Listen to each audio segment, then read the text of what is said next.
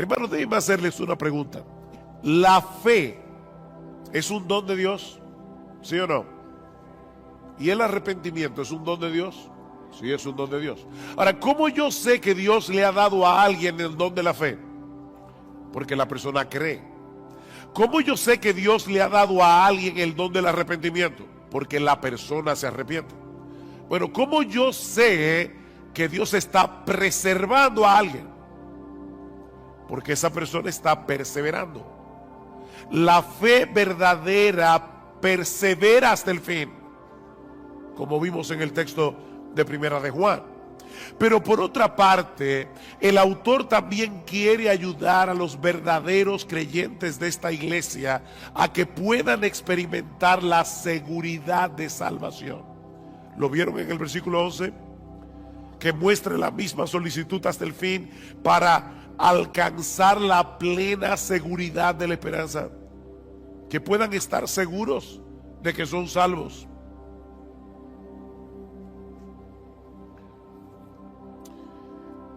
Mis hermanos, se puede ser un verdadero creyente y no tener certeza de que lo eres. La seguridad de salvación no la tienen todos los cristianos. ¿Oyeron eso? O deben ponerlo de otra manera. La inseguridad de salvación no es una prueba de que no somos cristianos. Hay muchos creyentes que van a llegar inseguros al cielo. Y hay muchos impíos que van a llegar seguros al infierno, creyendo que son creyentes. No todo el que me dice Señor, Señor, entrará en el reino de los cielos, sino el que hace la voluntad de mi Padre que está en los cielos. Así que la seguridad de salvación no es necesaria para ser salvo. Sin embargo, cuando un creyente no puede estar seguro de su salvación, no podrá disfrutar plenamente de la bendición de ser salvo, ni tampoco podrá correr bien la carrera. Noten el versículo 12. Porque yo quiero que ustedes alcancen la plena seguridad de la esperanza, a fin de que no seáis perezosos. El estar seguro te mueve a no ser perezoso.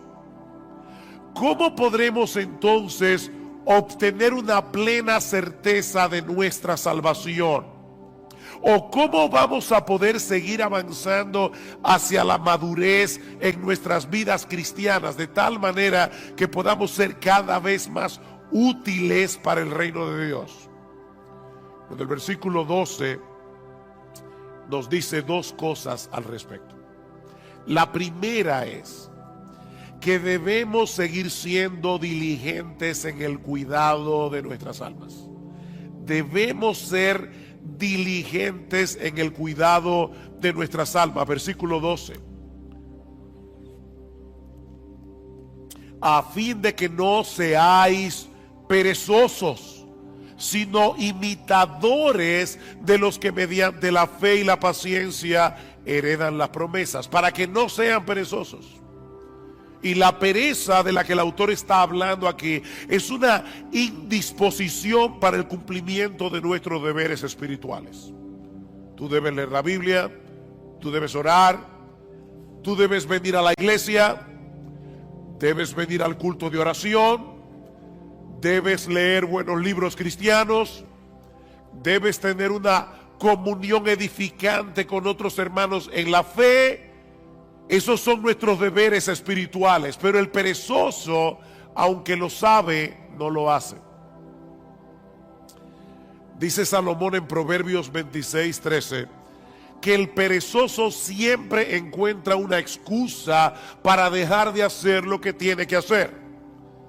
El perezoso dice: hay un león en el camino, hay un león en medio de la plaza. Imagínense ustedes, yo quiero salir a trabajar, pero hay un león fuera de la puerta de mi casa.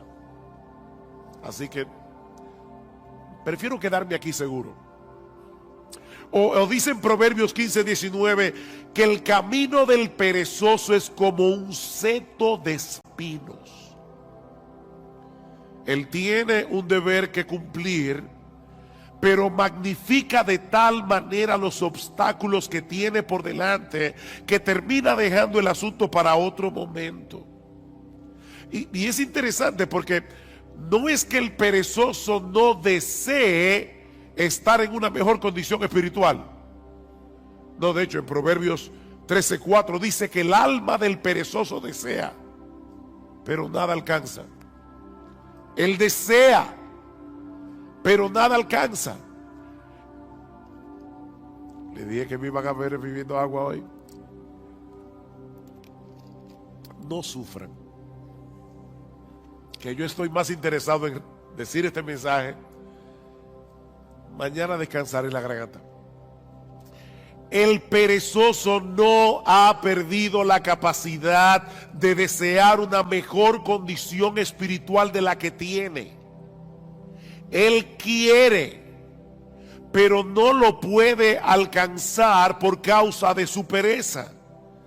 Mis hermanos, si no somos diligentes en el uso de los medios que Dios ha provisto para que alcancemos una mejor condición, nuestros deseos nunca serán cumplidos. ¿Qué debemos hacer entonces? Despojarnos de nuestra pereza espiritual y en dependencia del Espíritu Santo disponernos a hacer lo que debemos hacer en el momento en que debemos hacerlo, aunque no tengamos ningún deseo de hacerlo.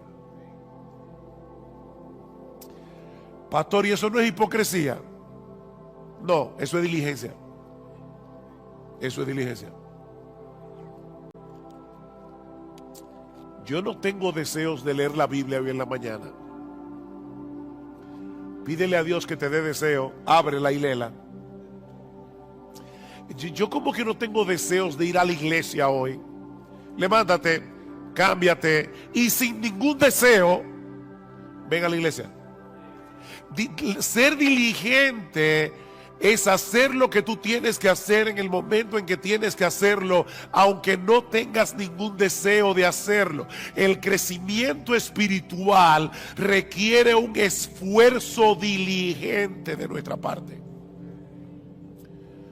Pero pastor, yo creía que la salvación era por gracia. Y lo que usted está diciendo de verdad parece oponerse a la doctrina de la gracia. Si es por gracia, yo no tengo que hacer nada para merecer la bendición de Dios. Tú tienes razón. Si es por gracia, no es por mérito. La gracia se opone al mérito, pero no se opone al esfuerzo. De hecho, Pablo le dice a Timoteo en 2 Timoteo capítulo 2, Timoteo, esfuérzate en la gracia. Esfuérzate en la gracia. La gracia se opone a nuestros méritos. La gracia no se opone a nuestro esfuerzo. Es en el contexto de nuestra diligencia que podemos disfrutar de la bendición de Dios. No porque ese esfuerzo nos haga merecer que Dios nos bendiga, sino porque Dios ha decretado que seamos bendecidos siendo nosotros diligentes, usando los medios de gracia, la lectura regular de la palabra, la vida de oración privada y corporativa, congregarnos con el pueblo de Dios en el día del Señor, participar de la Santa Cena como haremos esta noche, leer buenos libros cristianos. Dios ha decretado fortalecer nuestra salud espiritual haciendo uso de esos medios. Pero el hecho de esforzarnos por hacer esas cosas no nos hacen merecedores de nada. Porque esa diligencia es impulsada en nosotros de pura gracia, en una forma misteriosa que nunca vamos a poder entender. ¿Qué dice Pablo? Por tanto, amados míos, como siempre habéis obedecido, no como en mi presencia solamente, sino mucho más ahora en mi ausencia, ocupaos en vuestra salvación con temor y con temblor, porque Dios es el que produce en vosotros así el querer como el hacer por su buena voluntad. ¿Quién produce el querer y el hacer? Dios lo produce. ¿Quién es el que tiene que ocuparse en su salvación? Tú y yo debemos ocuparnos en nuestra salvación. La obra de Dios nos impulsa a obrar. Y precisamente por eso Él se lleva toda la gloria en nuestro esfuerzo. Pero toda bendición que nosotros recibimos de la mano de Dios no es por nuestro esfuerzo, es por los méritos de nuestro Señor Jesucristo. Bendito el Padre, el Dios y Padre de nuestro Señor Jesucristo, que nos bendijo con toda bendición espiritual en los lugares celestiales en Cristo, según nos escogió en Él desde antes de la fundación del mundo. Todo lo que nosotros disfrutamos de la mano de Dios es únicamente por Cristo. O déjeme decirlo de otra manera. Aún los medios de gracia que Dios nos ha provisto y el impulso para hacer uso de esos medios son un regalo de gracia. Pero somos tú y yo los que debemos disponernos a hacer lo que tenemos que hacer, no para ganarnos su favor, sino porque ya fuimos favorecidos. Así que no es un asunto de méritos, es un asunto de confianza en Dios. Una confianza que nos mueve a hacer lo que Él dice que debemos hacer para mantener una buena salud espiritual. Déjame hacerte una pregunta. ¿Qué debe hacer un hombre o una mujer para alcanzar una buena calidad de vida? En la Biblia dice que yo no puedo añadir a mi estatura un codo por más que me afane. O sea, yo me voy a morir el día que me voy a morir. Por eso alguien decía, come saludable, ve al gimnasio y muérete a pesar de todo.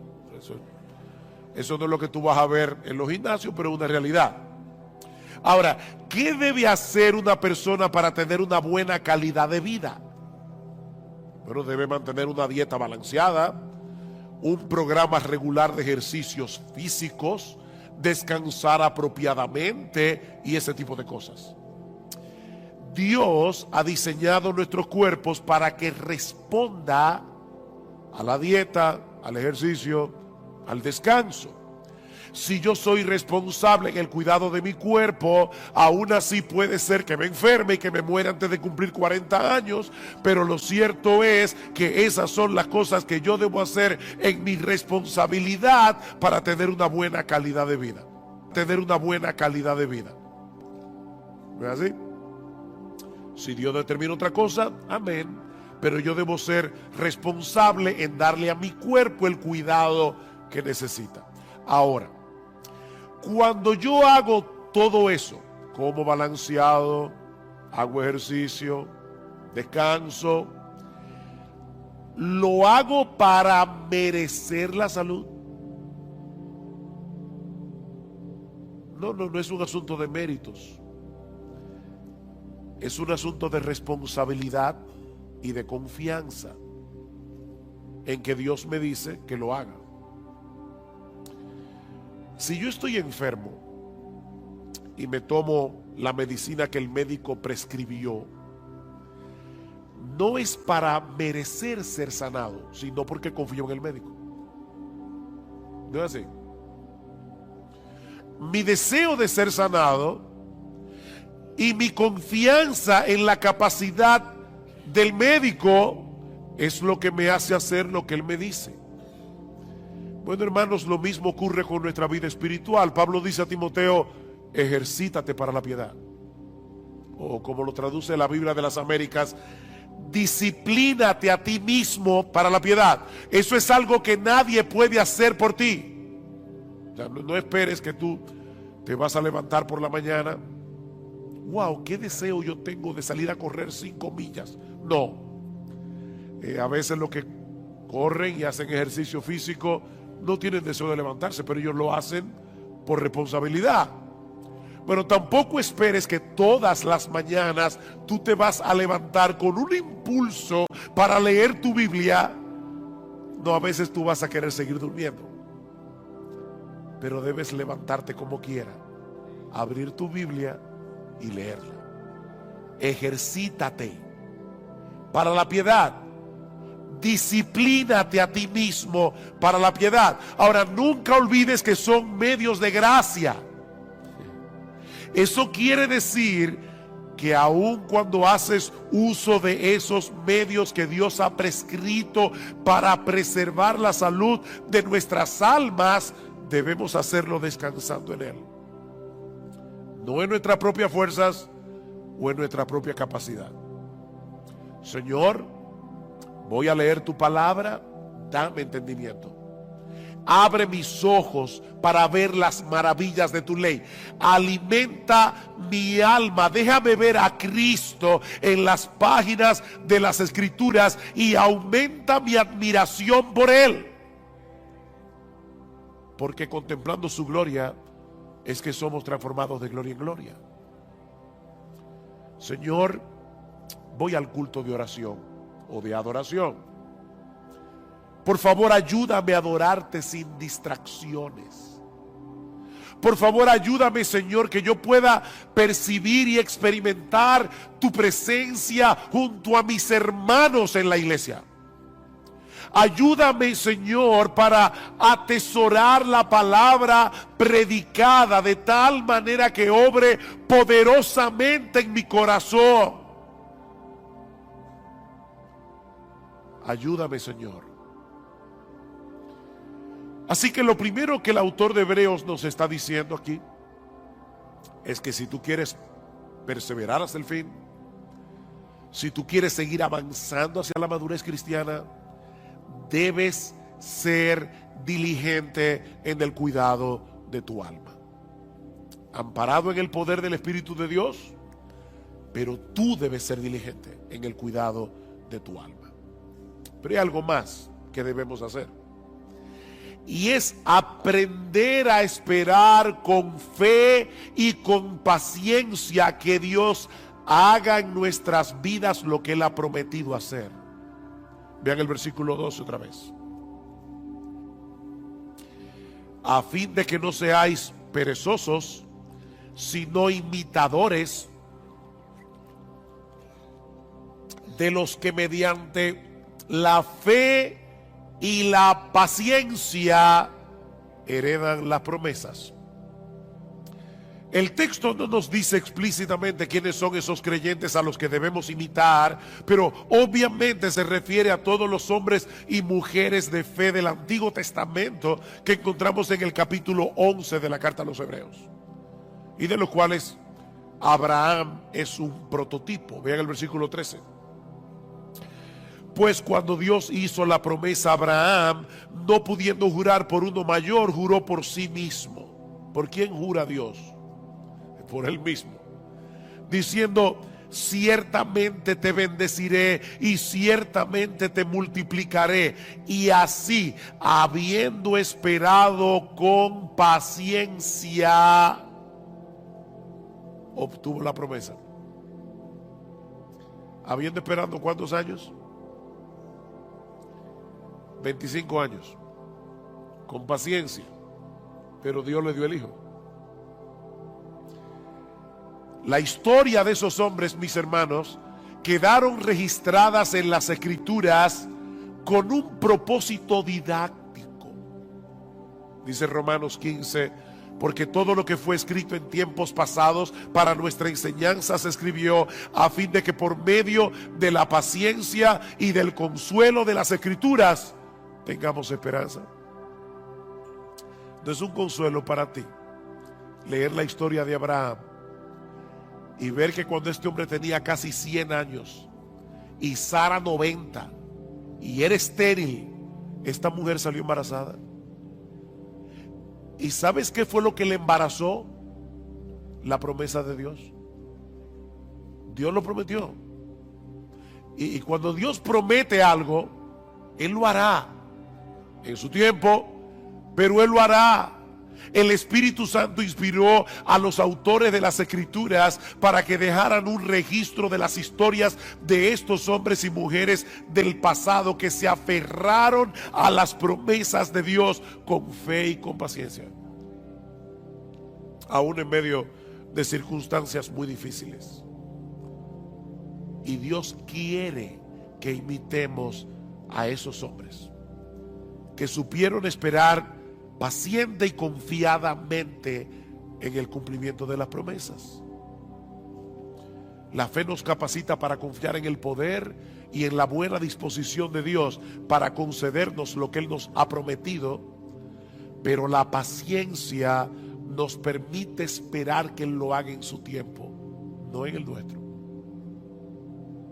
Fe y paciencia. Mis hermanos, la clave para perseverar hasta el fin no es creer, es seguir creyendo. No es creer, es seguir creyendo. Es seguir esperando hasta que Dios en su sabiduría haga lo que Él ha decidido hacer, en el tiempo en que Él ha decidido hacerlo y en la forma como Él quiere hacerlo.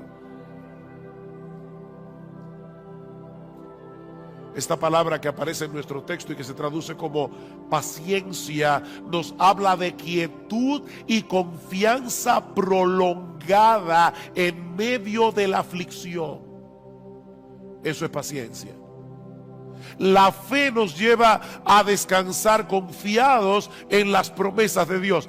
La paciencia nos permite continuar esperando lo prometido, aunque en medio de las circunstancias en que nos encontremos nos dé la impresión de que Dios se olvidó del asunto. Mira, mi hermano, Dios está más interesado en tu carácter que en tu comodidad.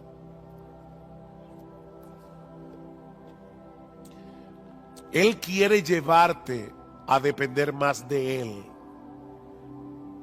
a que tú entiendas cuánto lo necesitas.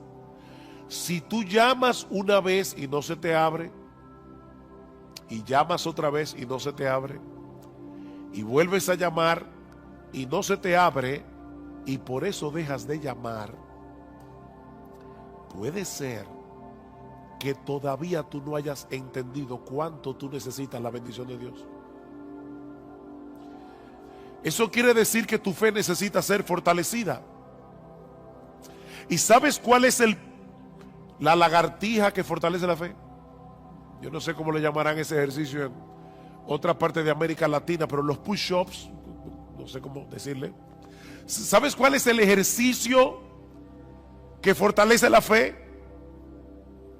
Seguir esperando la promesa de Dios. Esperar fortalece la fe. Dice en Romanos 8:24 que fuimos salvados en esperanza, pero la esperanza que se ve no es esperanza. Pues, ¿por qué esperar lo que uno ve? O como lo dice en otra versión, ¿quién espera lo que ya tiene? Es en la espera que se fortalece nuestra fe. Aquellos que han sabido unir la fe con la paciencia seguirán llamando y seguirán llamando y seguirán llamando hasta que le abran la puerta. Dice el salmista en el Salmo 123: a ti levanto mis ojos, oh tú que reinas en los cielos. He aquí como los ojos de los siervos miran a la mano de su Señor, como los ojos de la sierva a la mano de su señora. Así nuestros ojos miran al Señor hasta que se apiade de nosotros. ¿Por cuánto tiempo? Hasta que se apiade. Salmo 130: espero en el Señor, en Él espera mi alma, y en su palabra tengo mi esperanza. Mi alma espera al Señor más que los centinelas a la mañana. Sí, más que los centinelas a la mañana. ¿Te das cuenta, mi hermano, la insistencia de la Biblia en el hecho de esperar? Si no aprendes a esperar, vivirás frustrado. Te vas a frustrar con Dios, porque el horario de Dios casi nunca encaja con nuestras expectativas. Te vas a frustrar. Dios pudo hacer el mundo en un segundo, pero lo hizo en 6 días. Y dice que al principio la tierra estaba desordenada y vacía, y Dios la fue trabajando poco a poco, poblando la tierra hasta hacerla productiva. Dios hace las cosas en su tiempo. Mi hermanos, no es como a nosotros nos parece mejor, sino es como Él sabe que es lo mejor. Ustedes recuerdan cuando Elías le oró a Dios. Había una sequía de 3 años y medio. Y el Señor no envió la lluvia de inmediato. Elías le dice a su criado: ve a ver si tú ves algo en el cielo. El criado regresó diciendo: yo no veo nada. Vuelve otra vez. Nada. Vuelve otra vez. Nada. Vuelve otra vez. ¿Saben cuántas veces volvió el criado? 7 veces. Óigame, hay que tener paciencia. En este caso del criado con Elías. Pero ya no te dije que no hay nada. Ve otra vez. Finalmente el criado llega y le dice: veo una pequeña nube como la palma de un hombre que sube del mar. Cuando Gloria y yo fuimos a visitar a nuestra hija en Medio Oriente, aquel lugar es desértico, casi nunca llueve. De hecho, desde abril hasta noviembre no hay nubes en el cielo, nunca, nada de nubes, ni una sola. Ahora imagínate en ese desierto que alguien vea una nube del tamaño de la palma de una mano que está subiendo del mar y dice: ay, parece que va a llover. Elías, que entendía perfectamente el modo de obrar de Dios, le dice al criado: sube y dile a Acab: prepara tu carro y desciende para que la fuerte lluvia no te detenga. Y sucedió que al poco tiempo el cielo se oscureció con nubes y viento y hubo una gran lluvia. Dios tiene su forma de obrar. Dios tiene su forma de obrar. Él desea moldear nuestro carácter. Y eso solo es posible en el contexto de la fe y de la paciencia. Tenemos un problema, deseamos ser atendidos de inmediato, entendemos que el asunto es urgente. ¿Y saben lo que hace Dios? Dios mueve las cosas de tal manera que todo el mundo esté ocupado y que nadie te pueda atender. ¿Te ha pasado?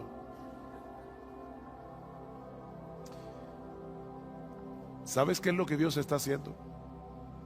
Enseñándote a esperar con fe y con paciencia. Tu mayor problema no es que te atiendan. Tu mayor problema es tu falta de fe. Y Dios está moldeando tu carácter. Mis hermanos, ¿qué aflicción puede ser mayor que la muerte de un ser querido? Pero cuando Marta y María mandaron a llamar a Jesús porque Lázaro estaba enfermo, el Señor ni se apresuró. Él esperó pacientemente a que el problema se pusiera peor para mostrar más abundantemente su poder. Lázaro finalmente murió y Cristo lo levantó de los muertos. Y en el proceso le enseñó a Marta y a María a esperar con fe y con paciencia. La hija de Jairo, cuando este hombre acudió a Cristo, su hija aún vivía, pero el Señor otra vez se entretuvo en el camino tratando otro caso, el de la mujer que tenía flujo de sangre. Y ustedes saben lo que sucedió. La niña muere y Cristo de nuevo la levanta de los muertos.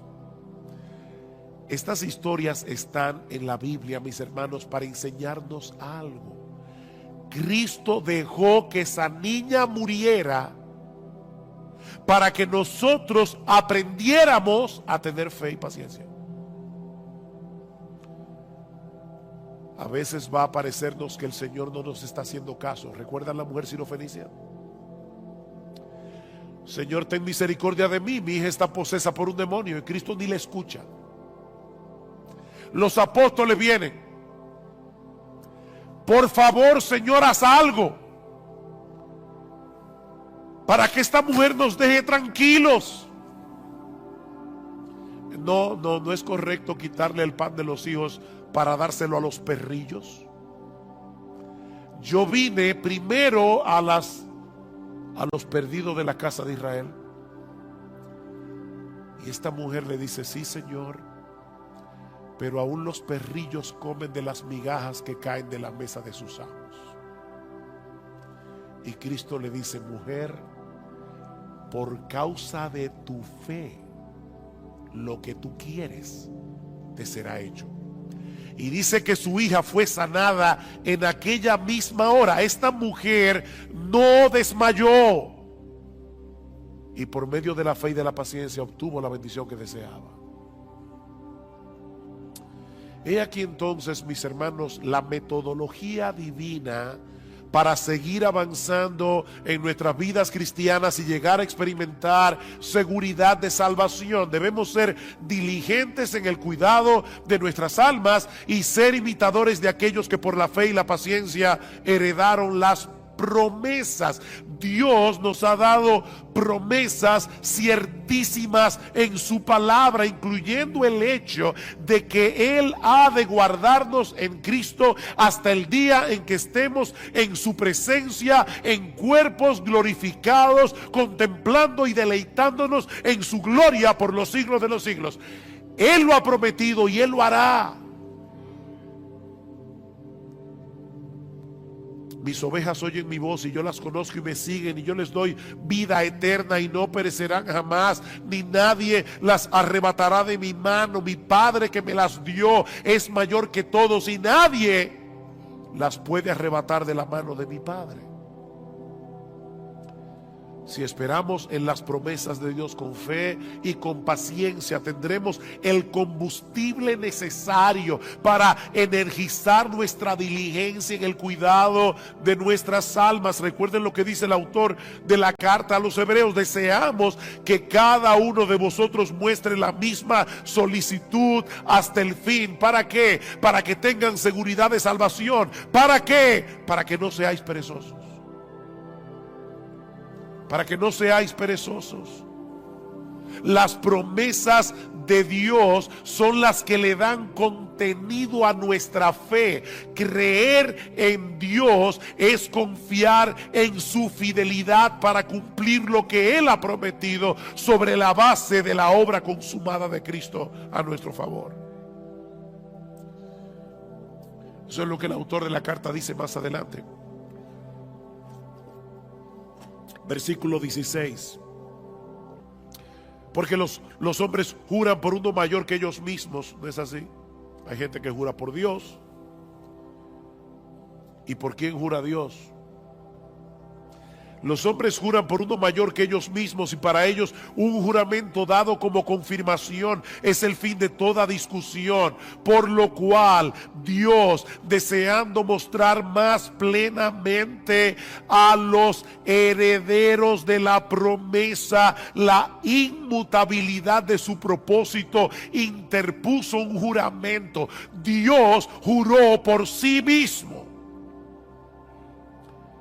a fin de que por dos cosas inmutables, en las cuales es imposible que Dios mienta, los que hemos buscado refugio seamos grandemente animados para asirnos de la esperanza puesta delante de nosotros.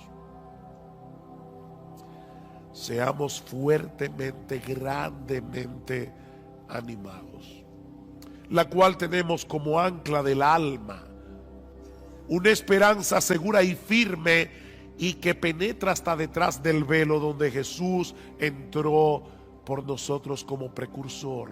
¿Recuerdan cuando el sumo sacerdote entraba al lugar santísimo con la sangre del animal y rociaba el propiciatorio? Bueno, allí entró Jesús con su sangre para decirle a su Padre y a los ángeles: yo derramé mi sangre por este hijo mío.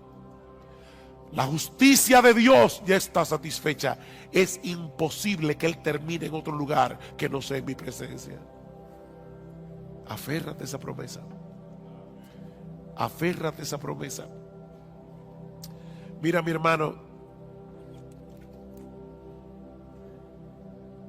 en la misma medida en que seamos capaces de esperar con fe y con paciencia en las promesas de Dios, en esa misma medida seremos capaces de poner toda diligencia en el cuidado de nuestras almas. Eso es lo que dice Pedro al inicio de su segunda carta. Recuerdan, y voy a leer la Biblia de la Reina Valera. Dice: como todas las cosas que pertenecen a la vida y a la piedad nos han sido dadas por su divino poder, mediante el conocimiento de aquel que nos llamó por su gloria y excelencia, por medio de las cuales nos ha dado preciosas y grandísimas promesas, para que por ellas llegaseis a ser participantes de la naturaleza divina. Bien, promesas para que por ellas llegaseis a ser participantes de la naturaleza divina, habiendo huido de la corrupción que hay en el mundo a causa de la concupiscencia. Por esto mismo poned toda diligencia en añadir a vuestra fe virtud, a la virtud conocimiento, etcétera, etcétera. Este es un texto muy denso, pero mis hermanos, lo que Pedro está diciendo es básicamente esto: todo lo que tú necesitas para tu vida cristiana, todo lo que tú necesitas para seguir avanzando hacia la piedad, ya Dios te lo dio por su divino poder. Eso es parte del paquete de la salvación. No nos falta absolutamente nada para nuestra vida cristiana y para la piedad. Ya lo tienes por su divino poder. Ahora, ¿cómo fue que Dios nos concedió todo lo que necesitamos para la vida y para la piedad? Mediante el conocimiento de aquel que nos llamó por su gloria y excelencia. ¿No le suena raro eso? Aquel que nos llamó por su gloria y excelencia. ¿Cómo Dios llama por su gloria y excelencia? Muy fácil.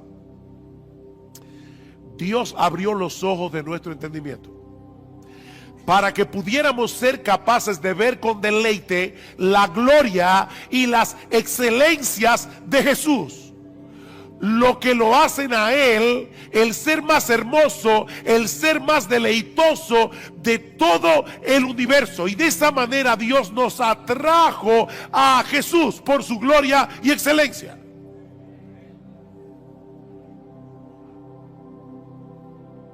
Y ahora Pedro está diciendo: el hecho de saber que el poder omnipotente de ese Dios que nos llamó por su gloria y excelencia está obrando en nosotros hasta que estemos en su presencia en cuerpo y almas glorificados, es una poderosa motivación para poner toda diligencia en añadir a vuestra fe virtud, a la virtud conocimiento. Alguien lo ilustra de esta manera: imagínate que tú eres un prisionero de guerra en un campo de concentración y has perdido toda esperanza de salir vivo de allí. Y en tu desesperanza ya tú comenzaste a vivir descuidadamente. Tú lo que quieres es sobrevivir hasta la muerte, y ya tú no te preguntas si algo está bien o algo está mal. como decimos en buen dominicano, tú estás dado al pecado. Pero de repente te enteras de que se está planificando un intercambio de prisioneros. Y ves que se acerca a la fila donde estás tú el guardia que tiene la responsabilidad de señalar a los que van a ser libertados y enviados de vuelta a su familia. Si el guardia te señala a ti, eso no sería un mero conocimiento. Recuerden que Pedro dice, mediante el conocimiento de aquel que nos llamó por su gloria y excelencia. Pero ese conocimiento transforma, ese conocimiento anima. Si el guardia se te acerca a ti, tú no vas a pensar, oh, qué interesante, me llamó a mí.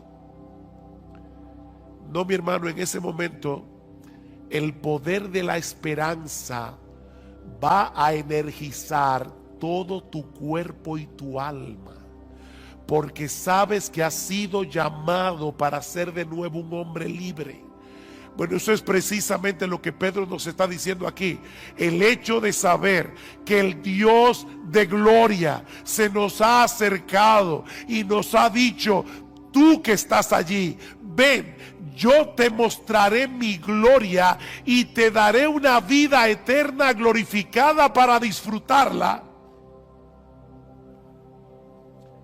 Esa es una esperanza que energiza nuestra diligencia para seguir avanzando en el camino de la piedad. De ahí lo que sigue diciendo Pedro. Como ustedes tienen esas preciosas y grandísimas promesas, vosotros también, poniendo toda diligencia por esto mismo, añadid a vuestra fe virtud, a la virtud conocimiento, al conocimiento dominio propio, al dominio propio paciencia, a la paciencia piedad, a la piedad afecto fraternal y al afecto fraternal amor. ¿Se dan cuenta? Este texto concluye como comienza Hebreos 6. Pedro lo pone al revés. Esperar con fe y con paciencia en las promesas de Dios es lo que nos hace diligentes para añadir a la fe virtud, a la virtud conocimiento y así sucesivamente. Mis hermanos, no hay forma de avanzar sin esperanza. Y la esperanza se alimenta de las promesas de Dios. Solo si aprendemos a esperar en ellas con fe y con paciencia. Promesas, esperanza, fe y paciencia. Y ahora yo te pregunto, ¿qué tanto tú estás alimentando tu esperanza con las promesas de la palabra de Dios? ¿Qué tan a menudo tú traes esas promesas a tu mente, sobre todo cuando estás en medio del dolor y de la aflicción? ¿Cuándo fue la última vez que en una forma consciente tú meditaste en una promesa de las Escrituras hasta que la paz y la quietud trajeran descanso a tu alma? ¿Qué tan dispuesto tú estás a seguir esperando en Dios, sabiendo que Él selló cada una de sus promesas con la sangre que Cristo derramó por ti en la cruz del Calvario? Recuerda que es por fe que andamos, no por vista. Mis hermanos, que el Señor nos ayude a mostrar la misma solicitud hasta el fin, no te canses, para alcanzar la plena seguridad de la esperanza, a fin de que no seáis perezosos y no imitadores de los que mediante la fe y la paciencia heredan las promesas.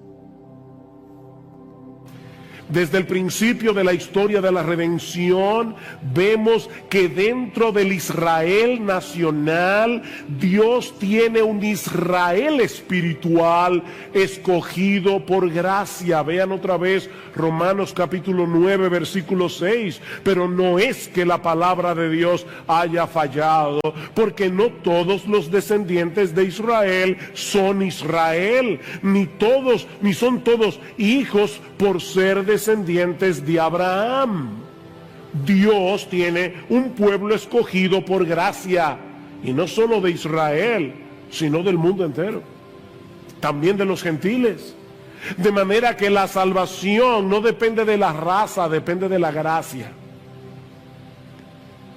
Ahora, ¿quiere esto decir que los incrédulos se perderán porque no fueron escogidos? Dios tiene un pueblo escogido por gracia. Entonces aquellos que no se salvan es porque no fueron escogidos. Esa es la pregunta que Pablo está respondiendo desde el final del capítulo 9 hasta el capítulo 10. Y su respuesta básicamente es esta: si bien es cierto que Dios es el responsable de la salvación final de los creyentes, el hombre que se pierde es responsable de su condenación. Esa es la respuesta de Pablo. De manera que la razón por la que los israelitas rechazan a Cristo no es porque no fueron escogidos, sino porque en su orgullo ellos prefieren tratar de ganarse la salvación por medio de su esfuerzo, por medio de su obediencia a la ley, antes que venir como mendigos pidiéndole a Dios misericordia. Romanos capítulo 10. Versículo 3, pues desconociendo la justicia de Dios y procurando establecer la suya propia, no se sometieron a la justicia de Dios. Ese es el problema, dice Pablo. No, yo no quiero la justicia como un regalo, yo me la quiero ganar con mi obediencia. Ese es el contexto del pasaje que vamos a estudiar en la mañana de hoy. Y podemos resumir la enseñanza de esta sección de Romanos 14 al 21, capítulo 10, 14 al 21, en dos encabezados. En primer lugar, en los versículos 14 y 15, Pablo nos muestra que la predicación del Evangelio es el medio usado por Dios para salvar a los pecadores. Muy sencillo, ¿verdad? Nada complicado. La predicación del Evangelio es el medio usado por Dios para salvar a los pecadores. Y luego vamos a ver que Pablo dice, los israelitas escucharon la predicación y la rechazaron. Pero lo primero que él quiere demostrar es, ellos tenían lo que se necesitaba. Predicación. Noten versículo 13, yo estaba ahí sentado y cuando Cifrido dijo vamos a leer la escritura, yo sabía que el texto que tocaba leer hoy era Romanos capítulo 14, 10, 14 al 21, porque yo mismo fui que pedí que lo leyeran, pero en mi mente pensé, ay, si leyera desde el versículo 13. Y eso fue lo que él hizo. Versículo 13, para ponerlo en contexto, porque todo aquel que invoque el nombre del Señor será salvo. Versículo 14, ¿cómo pues invocarán a aquel en quien no han creído? ¿Y cómo creerán en aquel de quien no han oído? ¿Y cómo irán sin haber quien les predique? ¿Y cómo predicarán si no fueren enviados? Tal como está escrito, cuán hermosos son los pies de los que anuncian el evangelio del bien. ¿Ven el punto, mis hermanos? Todo lo que se requiere para recibir el regalo de la salvación es invocar a Cristo como Señor, confiando en la eficacia y suficiencia de su obra en la cruz. ¿Saben que hay personas que invocan a Cristo y no son salvos? Cada vez que tienen un problema, y sobre todo si es un problema serio, ¡ay, Señor!, ellos invocan. Jesús, ayúdame. Pero no es de esa invocación que Pablo está hablando aquí. Para esas personas Jesús es como un paramédico. Ustedes que ¿verdad? Tienen un accidente de tránsito, esperan que llegue el 911, viene el paramédico, te atiende, te da los primeros auxilios, pero tú no tienes nada que ver con ese paramédico nunca más. Tú no lo vuelves a ver, probablemente. No es de esa invocación que Pablo está hablando aquí.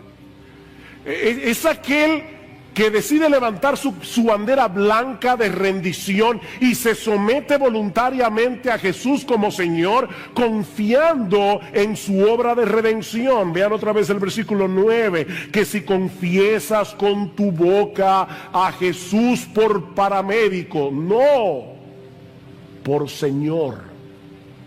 Y no olviden que esa palabra significa Dios, amo, dueño, soberano, gobernante, todo aquel que confiesa con su boca a Jesús por Señor y crees en tu corazón que Dios le resucitó de entre los muertos, que Dios aceptó su obra en la cruz del Calvario, que Dios aceptó el pago por nuestros pecados. Si tú crees eso, serás salvo. Serás salvo. Pero ahora Pablo quiere mostrarnos el papel tan crucial que juega la predicación del Evangelio en este proceso, para que un pecador pueda creer en Cristo, invocar su nombre y ser salvo. Nadie puede invocar el nombre del Señor a menos que sepa quién es el Señor y lo que Él hizo para salvar a pecadores, y Él crea en esos hechos acerca del Evangelio. Creer, conocer, creer en los hechos del Evangelio. De ahí la primera pregunta de Pablo en el versículo 14. ¿Cómo pues invocarán a aquel en quien no han creído?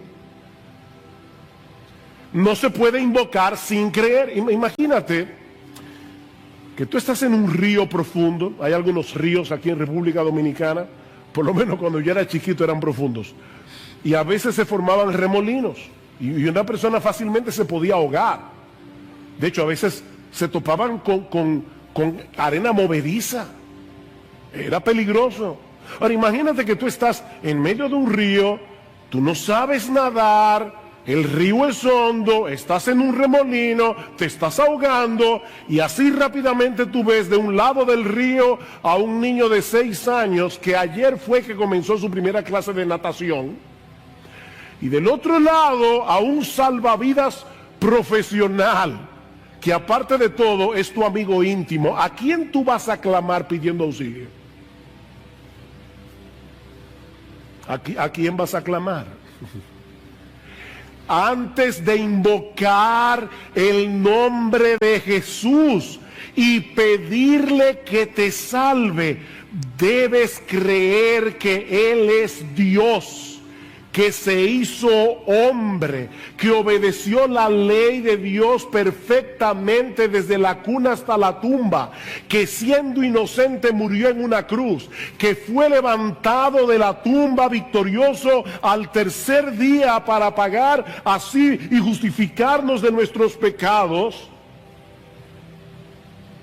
y entonces clamarle que te salve. Mira, mi hermano, mi amigo que estás aquí, si no conocemos esos hechos del Evangelio o no creemos en la veracidad histórica de esos hechos, ¿cómo voy a pedirle a Jesús que me libre de la esclavitud y de la condenación del pecado y me conceda como un regalo la vida eterna? ¿Cómo se lo voy a pedir? Hay personas que de verdad yo creo que son bien intencionadas. Quizás tú los has visto, que se colocan en la puerta de un centro comercial y a todo el que pasa por ahí le dice: Dios te ama, Dios te ama. Vuelvo y repito, probablemente son bien intencionados, pero déjenme decirles que eso no es evangelizar. Eso no es evangelizar. Nadie se va a salvar porque crea que Dios existe. El diablo sabe eso. Dice en Santiago y tiembla. Nadie se va a salvar porque crea que Dios es amor. Nadie, óyeme, nadie se va a salvar porque crea que Dios es amor. Necesitamos conocer y creer lo que Él hizo a favor de pecadores por medio de la persona y la obra del Señor Jesucristo para resolver el problema de nuestros pecados sin pasar por alto su justicia. Y no es que hay que ser un teólogo para salvarse, no hay que ser un teólogo. Estas son verdades muy sencillas del Evangelio. Lo que estoy diciendo es que se requiere un conocimiento esencial, un conocimiento fundamental de los hechos del Evangelio para creer, invocar y ser salvo. Somos pecadores. Merecemos el infierno, merecemos la condenación, ser condenados en el tribunal de Dios. Pero el Dios hombre, Jesucristo, pagó por nuestros pecados. ¿Es difícil de entender? De manera que la salvación es por gracia, es por medio de la fe. Porque Dios hizo por medio de Jesucristo todo lo que había que hacer para conceder la salvación como un regalo a todo el que venga clamando por misericordia. ¿Es eso difícil de entender? Pero eso nos lleva de la mano a la siguiente pregunta. Versículo 14. ¿Cómo pues invocarán a aquel en quien no han creído? ¿Y cómo creerán en aquel de quien no han oído? ¿Ven el punto? Ese conocimiento acerca de Jesús, acerca de lo que Él hizo en la cruz del Calvario, no se adquiere por intuición. No es que un día tú te levantaste y dijiste, ven acá, Jesús, ¿qué fue lo que hizo Jesús? Y te pones a razonar y llegas a la conclusión de que Él murió por nuestros pecados. No, eso no pasa así. Nadie llega a ese entendimiento por intuición. Yo necesito oír el Evangelio, necesito oír el Evangelio para entender y creer en el Evangelio. ¿Y cómo vamos a escuchar? Dice Pablo, o por medio de la predicación. Tercera pregunta, ¿y cómo oirán sin haber quien les predique? Ven, yo no necesito un sueño, yo no necesito una visión para saber quién es Cristo, para saber lo que Él hizo para salvarnos. Yo necesito predicación. Ahora bien, hay un detalle extremadamente importante en la segunda pregunta que necesita más observación. Y mira, mi hermano, de verdad, si tú no te acuerdas de nada de este mensaje, pero te acuerdas de esto, yo me iré, medianamente satisfecho. Yo quisiera que tú recordaras todo el sermón, pero me voy a ir bastante satisfecho. Lo que dice la segunda pregunta literalmente es lo siguiente: ¿cómo creerán en quien no han oído? Fíjense que yo sé que nuestras Biblias incluyen acerca de quién no han oído. ¿Cómo creerán en aquel acerca de quién o de quién no han oído? Pero lo que el texto griego dice literalmente es esto: ¿cómo creerán en quién no han oído? Mis hermanos, lo que voy a decir esto con calma, así tranquilo, para que no nos perdamos.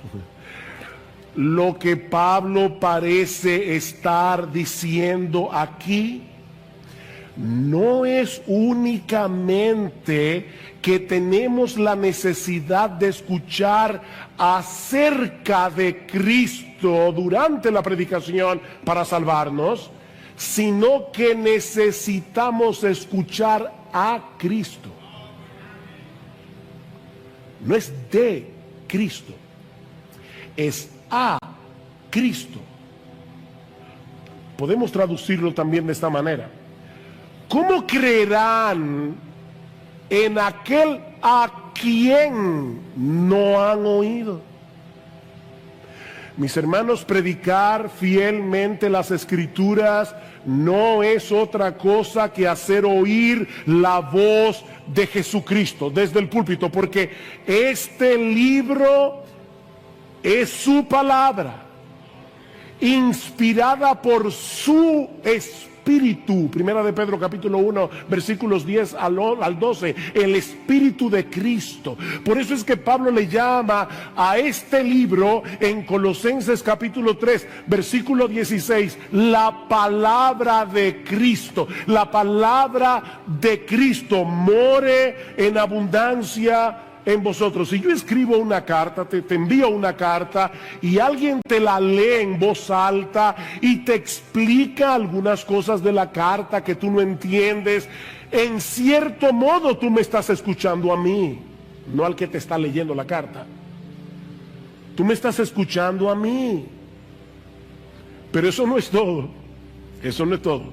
Ya eso de por sí es extraordinario, pero eso no es todo.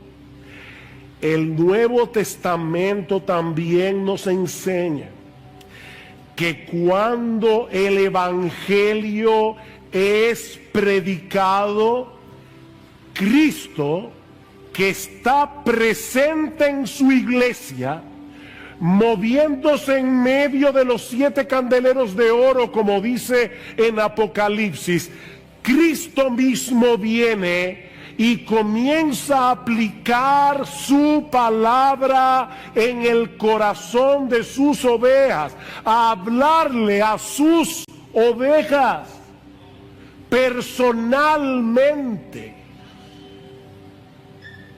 Mis hermanos, Cristo está aquí. Cuando su iglesia se congrega, Él está aquí haciéndonos oír su voz a través de la predicación. El discurso del buen pastor, Juan capítulo 10. En verdad os digo. Y cuando Cristo usa esa fórmula, está diciendo, mira, esto que te voy a decir no es una migaja de verdad, es una montaña de verdad. En verdad os digo, el que no entra por la puerta en el redil de las ovejas, sino que sube por otra parte, ese es ladrón y salteador. Pero el que entra por la puerta es el pastor de las ovejas. A este abre el portero y las ovejas oyen su voz. Llama a sus ovejas por nombre. ¿Se oyeron eso? Llama a sus ovejas por nombre y las conduce fuera. Cuando saca todas las suyas, va delante de ellas y las ovejas lo siguen porque conocen su voz. Versículo 16, yo tengo otras ovejas que no son de este redil, a estas también me es necesario traerlas y oirán mi voz y serán un rebaño con un solo pastor. Versículo 27, mis ovejas oyen mi voz y yo las conozco y me siguen. Y la pregunta es, ¿y cómo podemos oír esa voz? Porque Pablo está diciendo, nadie se puede salvar a menos que escuche la voz de Cristo. Pero esa voz no viene directamente desde el cielo, sino a través de la predicación. ¿Y cómo irán? Otra vez el texto nuestro dice, sin haber quien les predique. Literalmente el texto griego dice, ¿cómo irán sin predicación? ¿Cómo irán sin predicación? Es a través de la predicación del Evangelio que las ovejas de Cristo escuchan su voz. Es lo mismo que vemos en el capítulo 2 de la carta de Pablo a los Efesios. Pablo, en el versículo 16, dice que Cristo derribó la pared intermedia de separación que había entre judíos y griegos para reconciliar con Dios a los dos en un cuerpo por medio de la cruz. Y ahora escuchen. Y vino y anunció paz a vosotros que estabais lejos y paz a los que estaban cerca. Vino. ¿Y cuándo Cristo fue a Éfeso? Cristo nunca salió de Israel, de los contornos. Lo más lejos que él llegó fue a Sidón y a Tiro, arriba en el norte. ¿Cuándo Cristo estuvo en la ciudad de Éfeso? Escuchen cómo John Stott responde esta pregunta. El mismo Cristo que una vez hizo la paz mediante su cruz, predica la paz mediante sus heraldos, sus predicadores, sus pregoneros. Y otro teólogo llamado Gustav Wingren, él dice lo siguiente, perdonen el nombre tan raro, pero me encanta la cita. Es la predicación la que provee los pies sobre los que Cristo camina para acercarse a nosotros y alcanzarnos.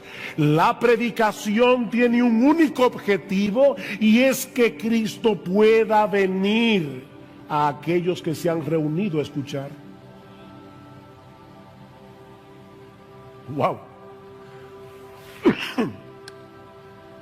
Miren, mis hermanos, yo tengo la convicción de que los creyentes vendríamos a la iglesia con otra actitud si recordáramos que la predicación de la palabra no es un mero estudio bíblico. Es el medio a través del cual Jesucristo se hace presente y hace oír su voz a través de la voz de un predicador.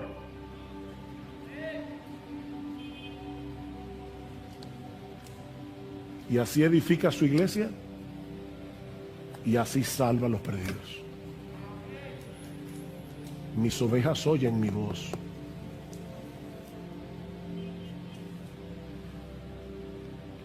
Pablo dice en 2 Corintios 5:19 que Dios nos encargó a nosotros la palabra de la reconciliación. Así que somos embajadores en nombre de Cristo, como si Dios rogase por medio de nosotros, otra vez literalmente, como Dios rogando por medio de nosotros. Os rogamos en nombre de Cristo, reconciliados con Dios. Mis hermanos, los predicadores no somos simples mensajeros.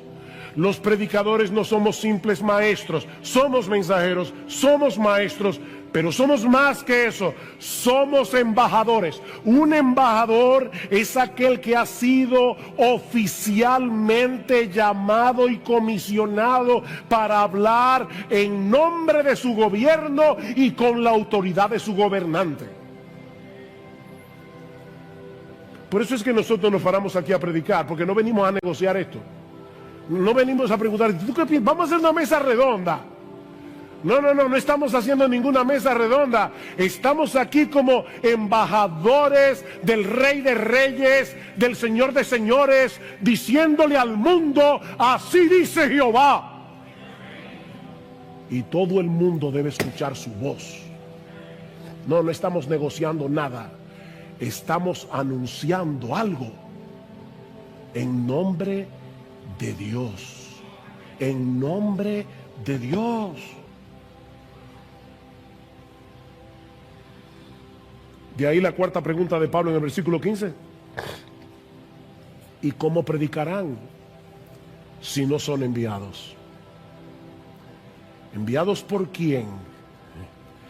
Bueno, por el contexto debemos entender que Pablo se está refiriendo a Dios como aquel que envía, comisiona a sus mensajeros. Rogad al Señor de la mies para que Él envíe obreros a su mies. Dios los envía para anunciar en su nombre que hay perdón en Cristo para todo aquel que cree. Los predicadores, dice Pablo en 2 Corintios capítulo 2, versículo 17, hablamos de parte de Dios y delante de Dios. De parte de Dios y delante de Dios. La iglesia es la embajada del reino de los cielos.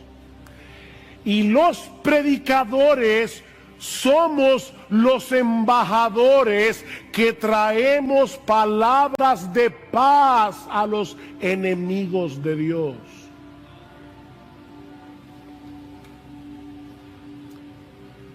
Estamos anunciando que Jesucristo, el Dios encarnado, pagó la deuda de nuestros pecados y que ahora Dios ofrece perdón, reconciliación, vida eterna por medio de Jesucristo para todo aquel que cree. Es por eso que los pies de los que llevan este mensaje al mundo son tan preciosos. Versículo 15.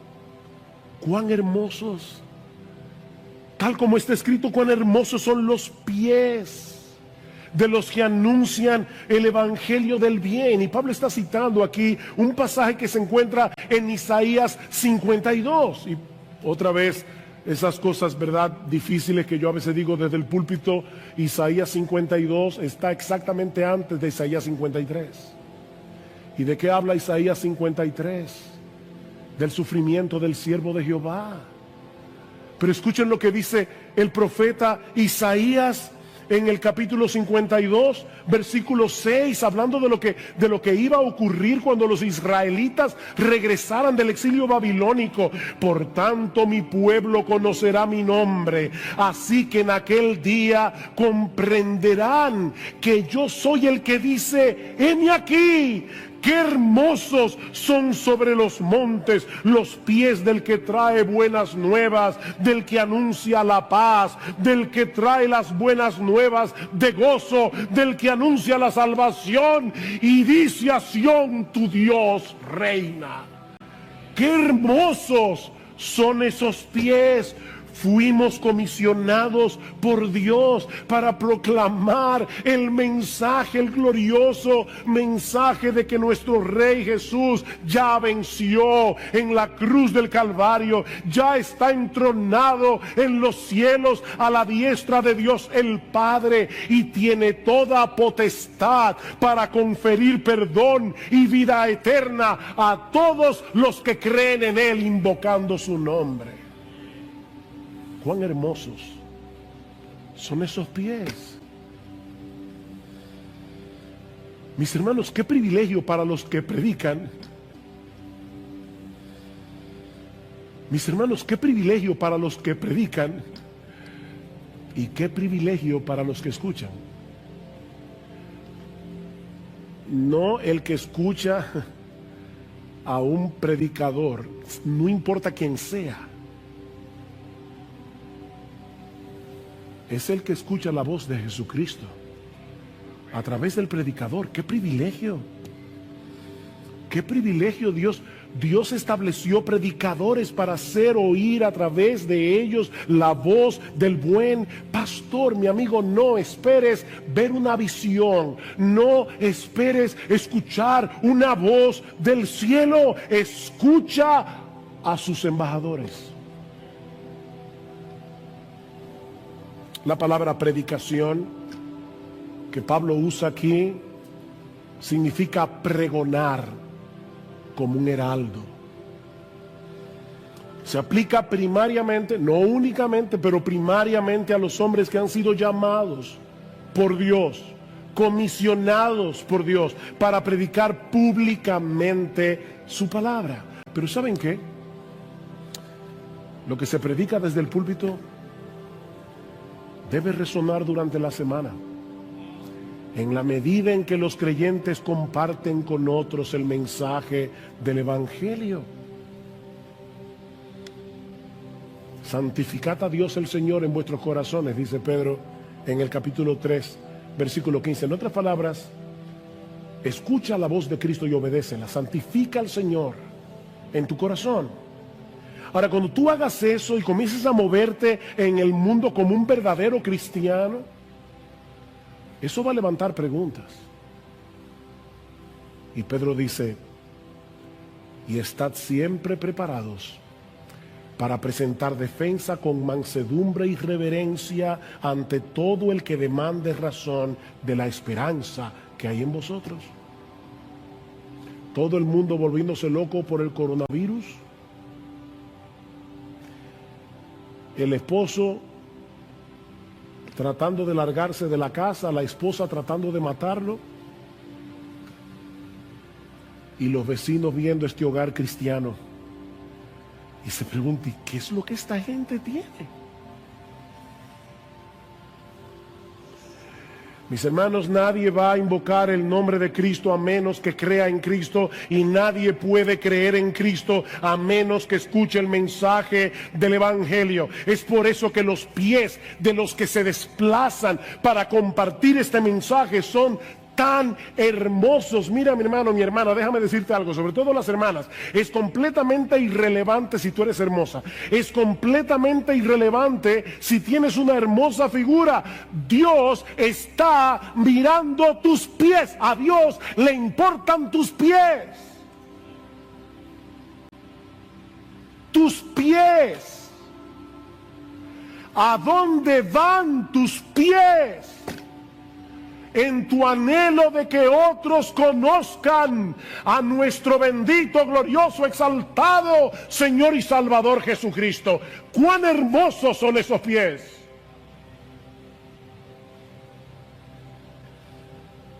Viene a mi memoria el famoso corredor ateniense Filipides.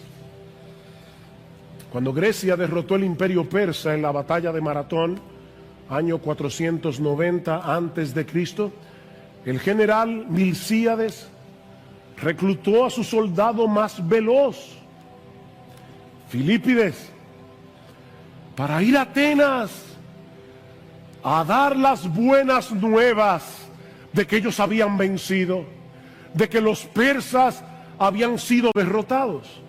Y cuenta la historia que Filipides corrió tan rápido los 42 kilómetros que había entre los campos de Maratón y la ciudad de Atenas, que cuando llegó a la ciudad, con su último aliento solo pudo decir, hemos vencido, y ahí cayó muerto.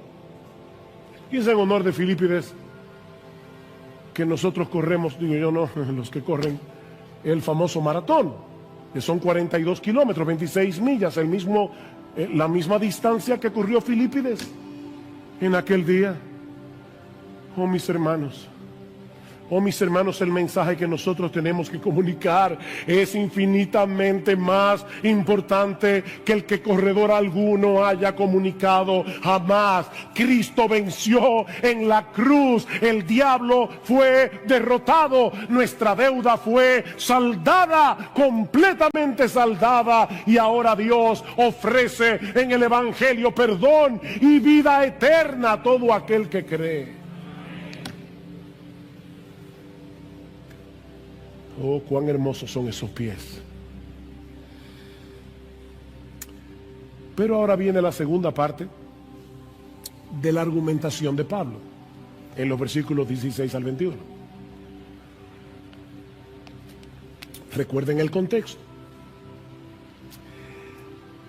Y lo que Pablo va a decir ahora es que lamentablemente lamentablemente, muchos de los que escuchan el mensaje del Evangelio deciden permanecer en la obstinación y rebeldía de sus corazones. Versículo 16.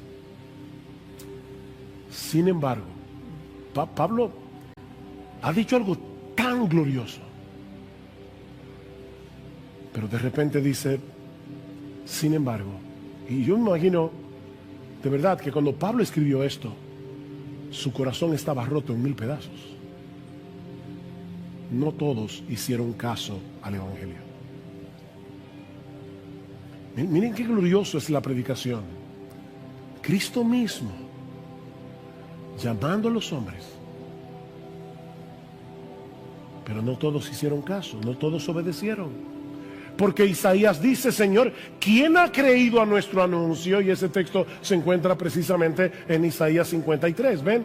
Isaías 52, cuán hermosos son los pies de los que anuncian el Evangelio. Isaías 53, Señor, ¿y quién ha creído a nuestro anuncio? ¿Quién ha creído a nuestro anuncio? Es interesante notar que ese texto de Isaías 53 se cita al final del ministerio de Jesús en el Evangelio de Juan, capítulo 12, antes de la semana de la pasión. Dice, los judíos no creyeron en Jesús, como dice Isaías, ¿quién ha creído a nuestro anuncio? Y ese mismo texto aparece en Hechos 28 para hablar del ministerio de Pablo. Y dice una vez más que los judíos no oyeron, no creyeron, como dice Isaías, Señor, ¿quién ha creído a nuestro anuncio? ¿Ven? Mis hermanos, la predicación puede ser ungida por el Espíritu de Dios y no producir absolutamente nada en el corazón de muchos. Pasó con Jesús, pasó con Pablo y ha pasado con muchos predicadores a lo largo de la historia. Nosotros no podemos evaluar a un predicador por el tamaño de su iglesia. Hay predicadores muy fieles que tienen iglesias muy pequeñas, están en lugares muy duros. Y hay predicadores de la prosperidad enviados por el mismo infierno con estadios llenos de personas. Porque dice que se amontonarán gente teniendo comezón de oír. Eso es lo que la gente quiere oír. No este mensaje del Evangelio. No todos obedecieron al Evangelio. Lo que Pablo está diciendo es, Cristo debe ser escuchado para ser creído, y Él es escuchado por medio de la predicación del Evangelio. Versículo 17, así que la fe viene del oír, y el oír por la palabra de Cristo. La fe viene del oír. ¿El oír qué? Porque ese texto no dice, la fe viene por el oír la palabra de Cristo, ¿vieron? La fe viene por el oír, y el oír es que viene por la palabra de Cristo. ¿El oír qué? El oír la voz del mismo Cristo. Es el versículo 14 otra vez. La fe viene por el oír a Cristo, y ese oír a Cristo viene por medio de la predicación de la palabra de Cristo.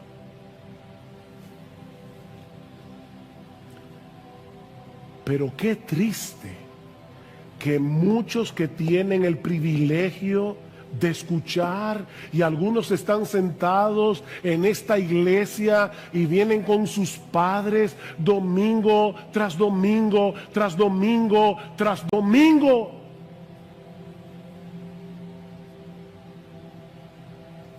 Yo recuerdo, me vino ahora en la memoria cuando yo comencé a visitar la iglesia.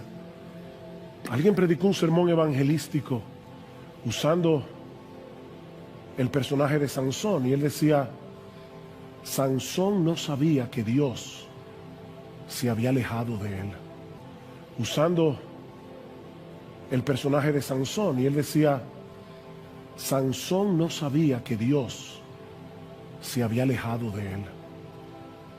Y el predicador, un predicador muy sencillo, él decía, tú estás ahí sentado en tu silla y tú no sabes que estás sin Dios. Sin Dios. Y él llamaba a las personas, ven, ven. Y yo recuerdo como si fuera ayer yo sentado en esa silla con lágrimas en mis ojos diciendo, no voy a ir. Increíble la dureza de nuestro corazón. ¡Cuánta dureza! Mis hermanos, lo que Pablo está tratando de probar es que el problema de Israel no fue que no tuvieran la oportunidad de escuchar el evangelio, fue que ellos decidieron mantenerse en incredulidad. Vean el versículo 18. Pero yo digo, ¿acaso nunca han oído? Tal vez Pablo es que mira, es que nunca oyeron el evangelio. Y dice Pablo, ciertamente que sí. Por toda la tierra ha salido su voz y hasta los confines del mundo sus palabras. Pablo está citando aquí el Salmo 19, que habla no de la Biblia, sino de la revelación general de Dios en los versículos 1 al 6 y luego de las escrituras a partir del versículo 7. Y Pablo está usando la ilustración del sol que recorre toda la tierra cuando sale por la mañana y luego se pone en el ocaso, y dice, así mismo ha salido la palabra de Dios donde quiera que ha habido una comunidad de judíos en el primer siglo. Dios se encargó de llevarle su palabra.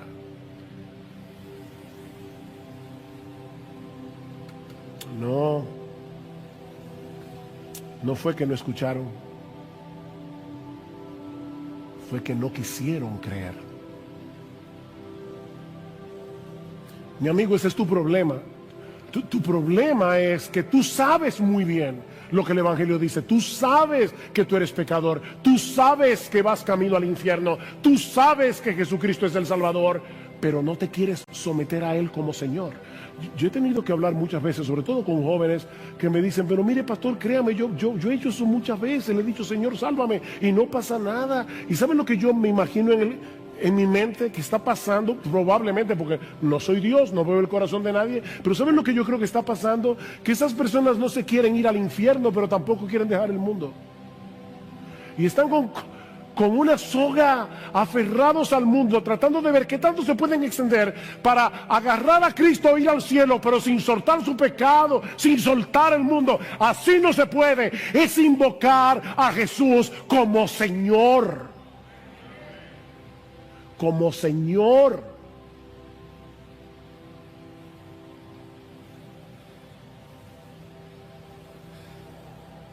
Ellos escucharon. ¿Será que no entendieron? No, dice Pablo, ese tampoco fue el problema, versículo 19. Y añado, ¿acaso Israel no sabía? ¿Fue que no entendieron? En primer lugar, Moisés dice, yo os provocaré a celos con un pueblo que no es pueblo, con un pueblo sin entendimiento. Os provocaré a ira. El texto que Pablo está citando aquí es Deuteronomio 32, 21. Y si ustedes hacen el esfuerzo cuando lleguen a sus casas de leer el capítulo 32 del libro de Deuteronomio, van a ver que Dios está acusando a los israelitas de haberlo provocado a celos con su idolatría. A pesar de todas las obras que él había hecho a favor de su pueblo, ellos me han provocado a celo con lo que no es Dios. Me han irritado con sus ídolos. Yo pues los provocaré a celos con los que no son pueblo. Los irritaré con una nación insensata. Y vamos a ver en el capítulo 11 cómo Dios usa eso para salvar a los judíos. Porque hay judíos que se salvan, pero eso lo veremos más adelante. El argumento de Pablo aquí, y noten que esta cita es muy parecida a la que él había usado antes en el libro de Oseas. Llamaré a un pueblo que no es pueblo y lo haré pueblo mío. La misma cosa. Lo que Pablo está diciendo es, al ver la conversión masiva de los gentiles, Israel debió haber reconocido que Dios estaba llevando a cabo lo que de antemano había prometido en sus propias escrituras. ¿Es que no leyeron la Biblia? Versículo 20. E Isaías, otra cita, Moisés, Deuteronomio, ahora Isaías.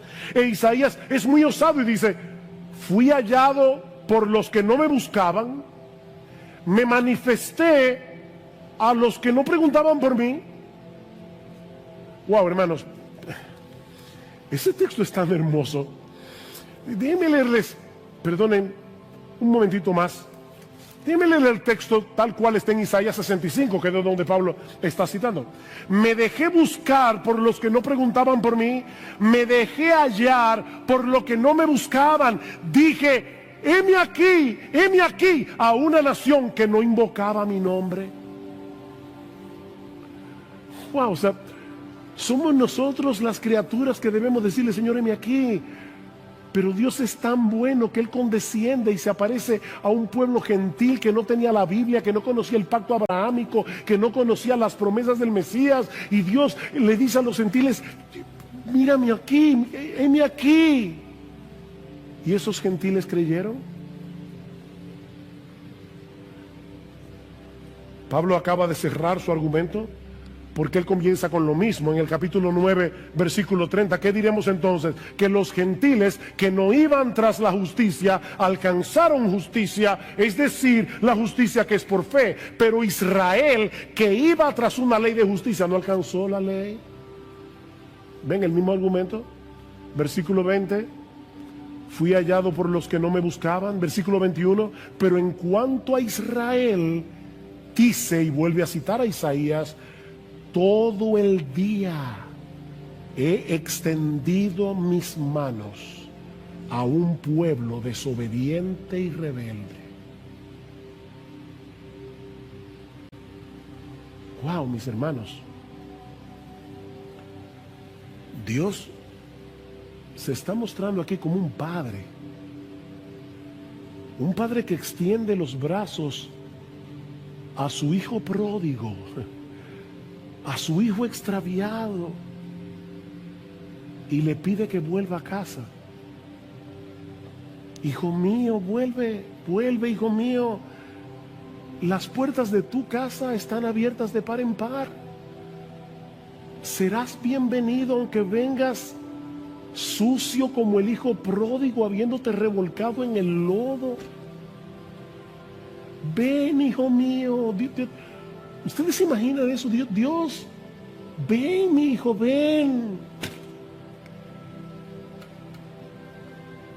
Pero el hijo decide mantener su actitud desafiante en contra de su padre. ¿Por qué la mayoría de los israelitas rechazaron al Mesías?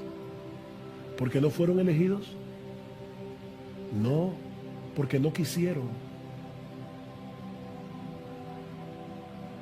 ¿Ven el contraste, hermanos, entre Romanos 9 y Romanos 10? En Romanos 9, Pablo enfatiza la elección soberana de Dios en la salvación de los creyentes. A partir del capítulo 9, versículo 30 y hasta el final del capítulo 10, Pablo enfatiza la responsabilidad humana en aquellos que se pierden. No podemos escoger entre una doctrina y la otra. Las dos están en la Biblia. Pero pastor, yo no entiendo, yo tampoco. Pero Dios lo dice. Dios lo dice, y sea Dios veraz y todo hombre mentiroso. Me recuerda al niño aquel que cuando en la escuela dominical, un maestro inconverso lo quiso ridiculizar, le dijo, entonces tú crees que es verdad que una ballena se tragó a Jonás. Sí, profesor, yo lo creo, porque la Biblia lo dice. Y si la Biblia dijera que fue Jonás el que se tragó a la ballena, ¿también lo creería?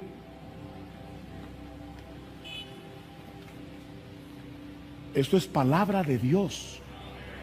Palabra de Dios. Y las dos cosas están aquí: la soberanía de Dios y la responsabilidad humana. Óyeme, mi amigo, la oferta del Evangelio está disponible para el que la quiera. Dios tiene los brazos extendidos. La oferta del Evangelio está disponible para el que la quiera. Nadie que venga será rechazado, pero muchos se perderán por mantener una actitud desafiante y rebelde contra la gracia de Dios. Por eso es que no debemos perder de vista que eso incluye a un montón de religiosos, que prefieren seguir tratando de llegar al cielo por la escalera de su obediencia, por su propio esfuerzo, antes que aceptar como un regalo la gracia de Dios en Cristo. Esa es una forma muy sutil de rebeldía contra Dios.